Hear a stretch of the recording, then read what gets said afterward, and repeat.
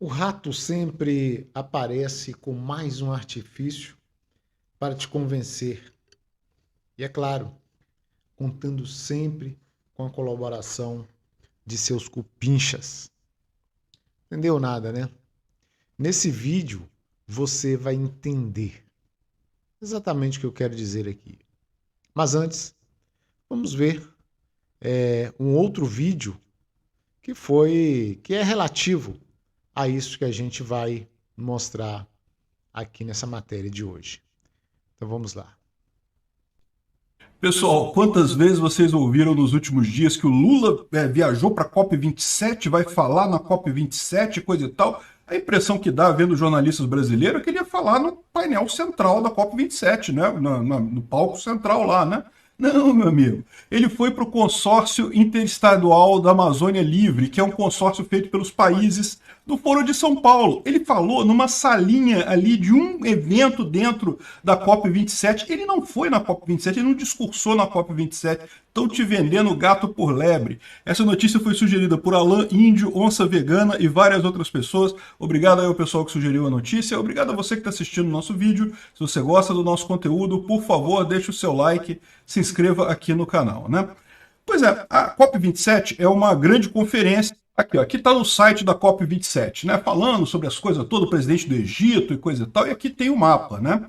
Então aqui tem o plenário principal, onde fica a coisa real, né? E aí tem outros plenários e coisa e tal, e tem aqui a região que é onde ficam salas de encontro, que tem uma série de estandes de várias organizações, de várias ONGs ali nesse negócio. Não é o plenário principal, não é o evento principal. O Lula, quando falam que o Lula foi convidado para a COP27, todo mundo fica achando que, não, o pessoal da Europa chamou o Lula, não sei o que lá. Não, meu amigo, quem chamou o Lula foi o pessoal dessa ONG, Consórcio Interestadual Amazônia Livre, que é uma ONG esquerdista que tem os estados do Brasil da Amazônia e também alguns querem fazer encontro com o Foro de São Paulo. Então os outros estados que estão também na região ali da Amazônia, todos têm um stand lá, montaram um stand lá e chamaram o Lula para falar nesse stand. O Lula foi numa salinha pequenininha falar, o pessoal está vendendo aqui no Brasil, olha só a ideia da Miriam Leitão, né? Discurso de Lula mostra um caminho promissor para o Brasil, como se o Lula estivesse falando para o mundo, né? Estivesse falando para todas as pessoas. Não, ele estava falando numa salinha do pessoal do Foro de São Paulo, do consórcio Amazônia, aqui dos estados da Amazônia, aqui do Brasil. Não tinha nada de COP27. Essa sala é dentro da COP, mas como vocês podem ver, a COP tem a COP27.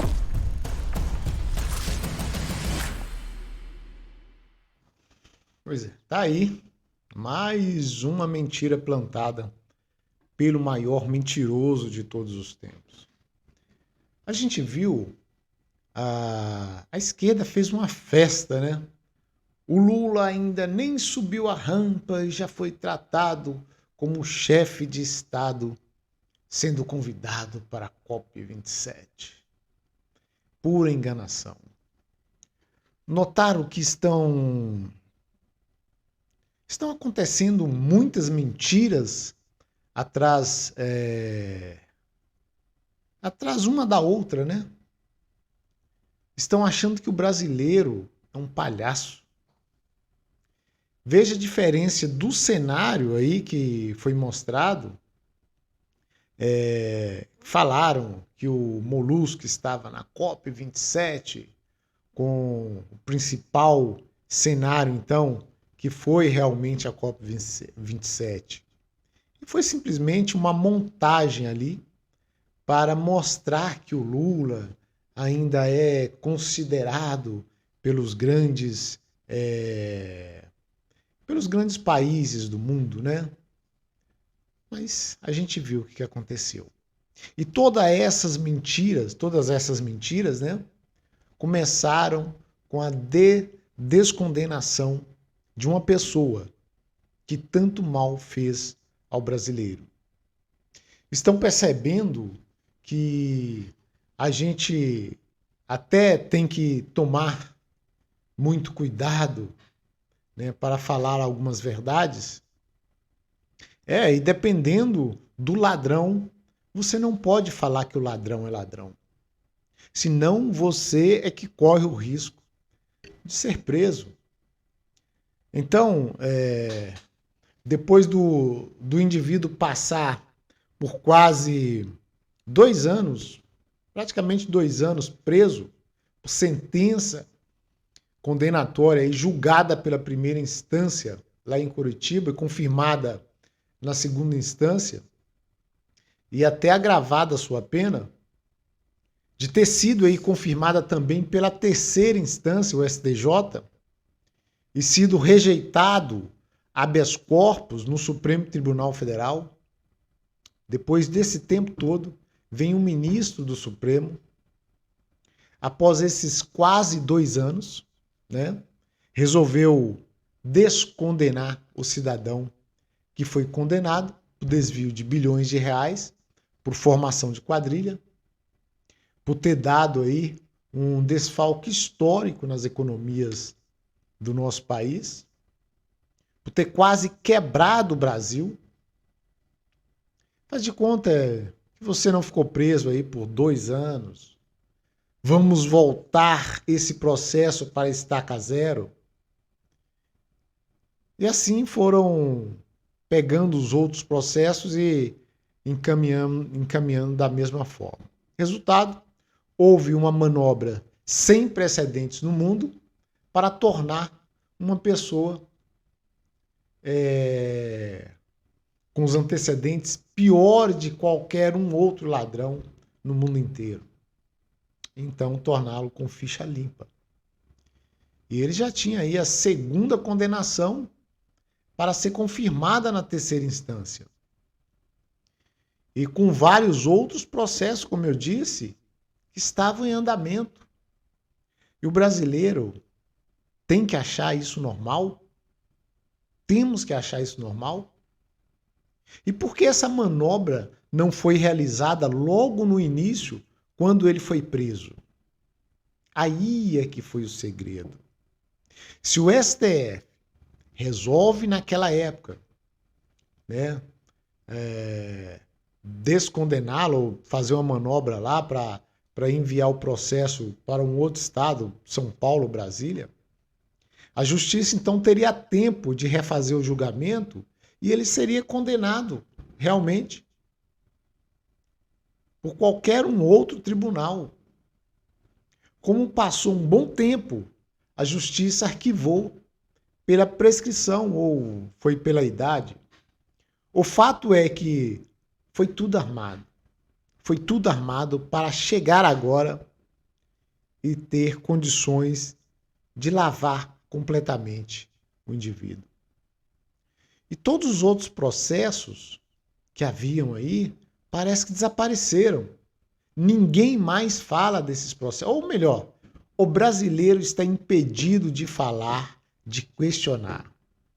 Tanto é que aquele site, o LulaFlix, que mostrava todos os seus processos, tudo que ele tinha feito de ruim, foi passado a régua, né? Foi impedido de ficar lá ficar no Google. Não se vê mais o LulaFlix, não pode, está proibido mostrar. E aconteceu neste ano também o cúmulo do absurdo, que foi uma emissora de TV e rádio ser obrigada pelo senhor ministro Alexandre de Moraes a falar para seus espectadores que o Lula é inocente. É mole ou quer mais? Mas tem muito mais, né? Quem seguiu aí o andamento da disputa política viu que o Lula não saía na rua como Bolsonaro, com aquela multidão de pessoas. Ele não saía para se comunicar com seus eleitores. Por todo lugar que ele ia, tinha que fazer como um teatro, né? Pessoas selecionadas para ouvi-lo, né?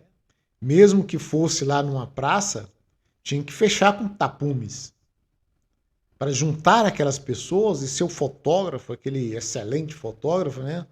fazer aquela multiplicação dos eleitores. Todo mundo viu isso na internet, foram muitas imagens. E era muito descarado, né? A gente via que estava muito estranho aquilo ali. Estava muito na cara. Um candidato que se dizia muito popular, mas que não saía às ruas.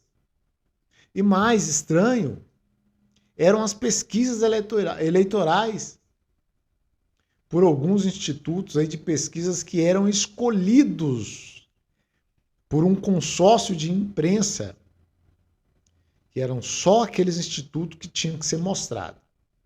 E você olhava aquelas pesquisas que davam o Lula com quase o total das intenções de votos, mas você não via eleitores nas ruas. E quando o pouco que ele saía, ele era hostilizado. E era muito estranho mesmo. Bolsonaro, quando foi eleito em 2018, ele não era aquele político conhecido, né?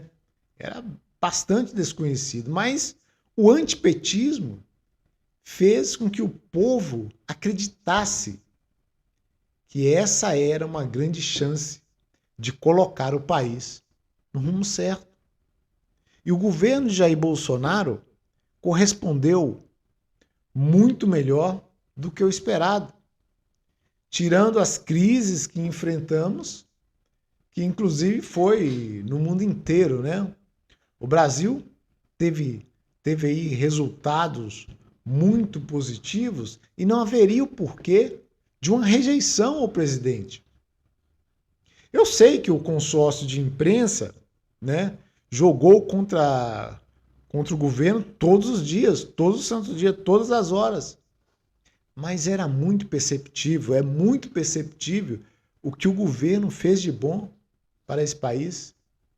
E como poderia uma pessoa sair da prisão, ser alçada como candidato ao cargo de presidente e a maioria da população aprovar, já que estava tudo dando certo no governo do presidente Jair Bolsonaro? E veio a disputa eleitoral no rádio e TV.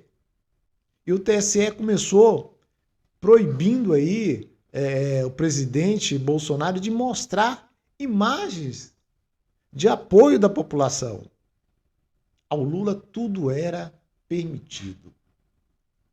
Até que, já no final do segundo turno, o partido do presidente Bolsonaro descobriu que suas inserções nas rádios não estavam acontecendo.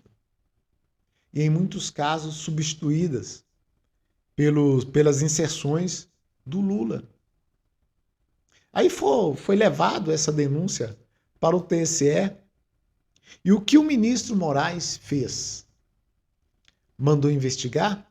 Mandou instaurar algum inquérito para ver se aquela denúncia era realmente plausível? Não. Jogou na lata do lixo. E abriu aí um inquérito contra as pessoas que fizeram as denúncias, alegando que o partido do presidente Bolsonaro estava querendo tumultuar. E isso não é tudo. Mas vamos parar por aqui, porque o objetivo desse vídeo foi simplesmente mostrar aí a farsa dessa campanha eleitoral para alçar o mandatário ou um pretenso mandatário do país, né? Um sujeito mais sujo do que poleiro de pombo e com uma rejeição gigante pelo povo, como a gente estava vendo, que supostamente o elegeu, né? E é isso. Curta esse vídeo, se inscreva e, se puder, compartilha, porque a nossa missão aqui é levar a verdade e evitar que o mal volte a governar esse país. E vamos ficar com esse vídeo muito legal aí a respeito dessas manifestações que estão acontecendo no nosso país de ponta a ponta.